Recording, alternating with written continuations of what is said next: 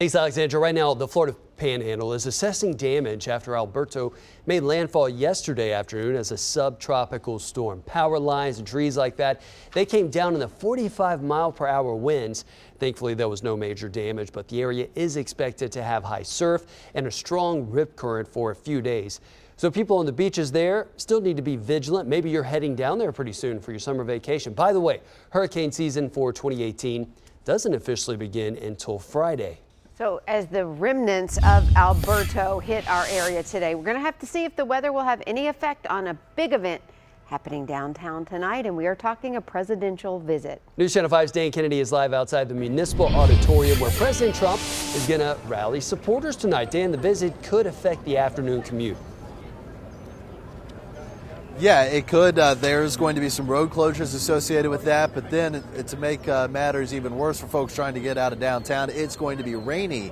That could also affect folks who are showing up here to the rally. A lot of these people who are getting here early have their tents set up. Some people have their rain gear out, but a lot of these folks are underneath this awning. That's good news for when that rain arrives, but it won't be the case for others who come a little later. The doors are going to open here at Municipal Auditorium at 4 o'clock this afternoon, and the president expected to give his remarks at this rally at 7 o'clock. This is his second rally at Nashville, his third visit here since 2015 when he declared his candidacy. Trace Adkins, country star, also going to have a brief musical appearance tonight. Now, before this, the president also has a prior obligation at Gaylord Opryland Resort.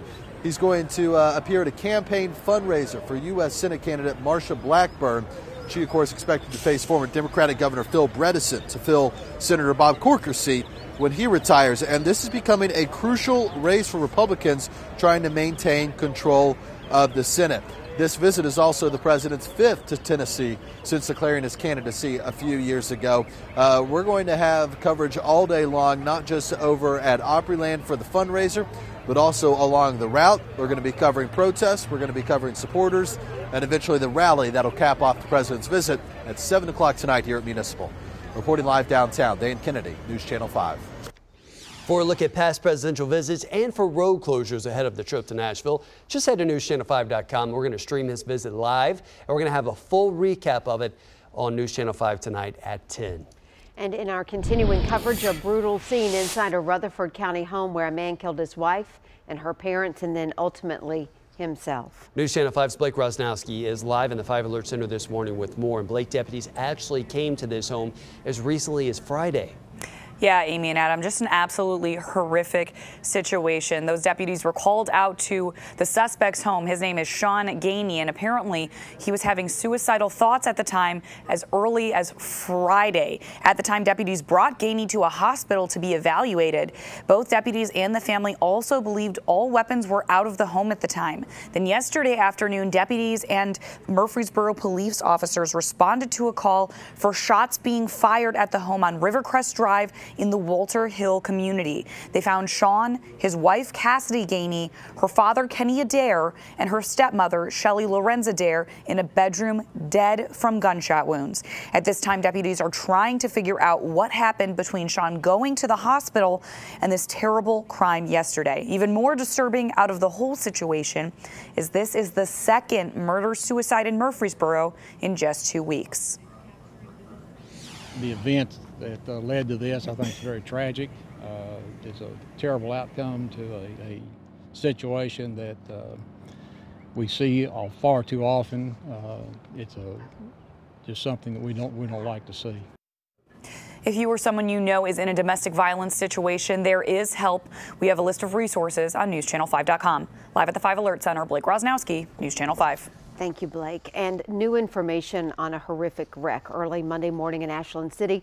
The victims killed in that crash have now been identified. 29-year-old Tyler Guy and 25-year-old Joey Duffel died in the wreck. A third person in the car, 28-year-old Sarah King, was not wearing a seatbelt and was critically injured. Investigators say Guy was driving a sedan on Little Marrowbone Road when for some reason he ran off the road, overcorrected, crossed into the opposite lane. They hit trees, went airborne, and then landed finally in a creek bed. Another crash claimed the life of Danny Harless. According to Kentucky State Police, the 51-year-old's vehicle crossed into the path of a semi. It happened on New Gallatin Road and Franklin Road in Scottsville Sunday night. Harless was not wearing a seatbelt, and the driver of the truck was not hurt and had the right of way. Happening today, they've protested for 2 weeks in a row, and last week more than a dozen people were arrested after blocking a downtown street. And today, supporters with the Poor People's Campaign tell us they plan to rally again. The gathering will be held at Legislative Plaza at 2 this afternoon. The protest is one of dozens planned nationwide. We want to give you a heads up now about a major road project expected to get underway a little later this week. We're talking about the Saturn Parkway expansion and widening of Beechcroft Road in Spring Hill. That work's expected to begin tomorrow.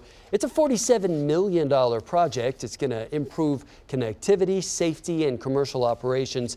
And people in the area can expect about 1.5 years of construction delays. TDOT hopes to complete everything by Christmas of 2019.